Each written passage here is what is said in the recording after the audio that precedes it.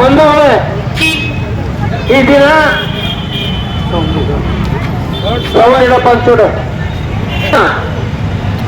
ದೊಡ್ಡಬಳ್ಳಾಪುರ ತಾಲೂಕು ಜಾತ್ಯತೀತ ಜನತಾದಳದ ವತಿಯಿಂದ ಏನು 11ನೇ ಲೋಕಸಭೆಯಲ್ಲಿ ಇತ್ತೀಚೆಗೆ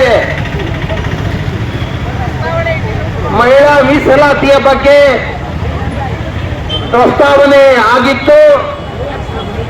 ಈ ಪ್ರಸ್ತಾವನೆ 528 ಜನರಲ್ಲಿ 298 ಮತಗಳು ಪರವಾಗಿ 238 ಮತಗಳು ವಿರೋಧವಾಗಿ ನಡೆದಿರ್ತಕ್ಕಂಥ ತಮಗೆಲ್ಲ ಗೊತ್ತಿದೆ.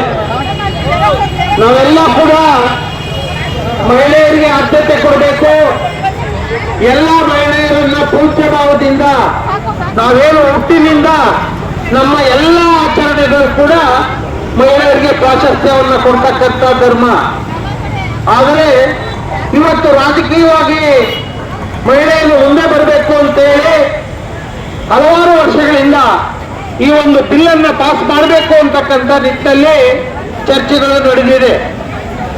ಅದೇ ರೀತಿ ಮೊನ್ನೆ ನಡೆದಿರ್ತಕ್ಕಂಥ ಚರ್ಚೆಯಲ್ಲೂ ಕೂಡ ಮಹಿಳಾ ಮೀಸಲಾತಿ 33% ಬಂದರೆ ಬಹುಶಃ 240 ಸ್ಥಾನಗಳು ಪಾರ್ಲಿಮೆಂಟಿನಲ್ಲಿ ಮಹಿಳೆಯರು ಇರ್ತಾರೆ ಅಂತೇಳಿ ನಮ್ಮ ಪ್ರಧಾನಿಗಳಾಗಿರ್ತಕ್ಕಂಥ ಸನ್ಮಾನ್ಯ ಶ್ರೀ ನರೇಂದ್ರ ಮೋದಿಜಿರವರು ಅದನ್ನ ಒತ್ತಾಯ ಮಾಡಿದ್ರು. ಆದರೆ ದುರದೃಷ್ಟವಶಾತ್ ಕೇವಲ ಕಂಡೋಗಿರ್ತಕ್ಕಂಥ ಮಹಿಳೆಯರಿಗೆ ಆದ್ಯತೆಯನ್ನು ಕೊಡ್ತೀವಿ ಅಂತ ಹೇಳ್ತಾ ಇರ್ತಕ್ಕಂಥ ಕಾಂಗ್ರೆಸ್ ಒಕ್ಕೂಟದ ಪಕ್ಷಗಳು ಅದನ್ನ ಬೆಂಬಲಿಸದೆ ವಿಫಲ ಆಗಿರ್ತಕ್ಕಂಥದ್ದು ನೋಡ್ತಾ ಇದ್ದೀವಿ. ನಾವು ಈ ಸಂದರ್ಭದಲ್ಲಿ 33% ಮಹಿಳೆಯರಿಗೆ ಮೀಸಲಾತಿಗೆ ಮತ್ತೊಮ್ಮೆ ಆಲೋಚನೆ ಮಾಡಿ ಈ ಬಿಲ್ ಅನ್ನು ಪಾಸ್ ಮಾಡೋದಕ್ಕೆ ಎಲ್ಲರೂ ಸಹಕಾರ ಕೊಡಬೇಕು ಅಂತಕ್ಕಂಥ ನಿಟ್ಟಿನಲ್ಲಿ ಆ ವಿರೋಧಿ ನೀತಿಯನ್ನ ಈ ರೀತಿಯ ಪ್ರತಿಭಟನೆ ಮಾಡೋದ್ರ ಮುಖಾಂತರ ಕಾಂಗ್ರೆಸ್ ಒಕ್ಕೂಟಕ್ಕೆ ಕೇವಲ ಕಣ್ಣರಿಸುವ ತಂತ್ರವನ್ನು ಮಾಡ್ತಾ ಇರ್ತಕ್ಕಂಥ ಕಾಂಗ್ರೆಸ್ ಒಕ್ಕೂಟಕ್ಕೆ ಜಿಲ್ಲಾಧ್ಯಕ್ಷರು ಬರ್ತಾ ಇದ್ದಾರೆ. ಒಂದು 5 ನಿಮಿಷ.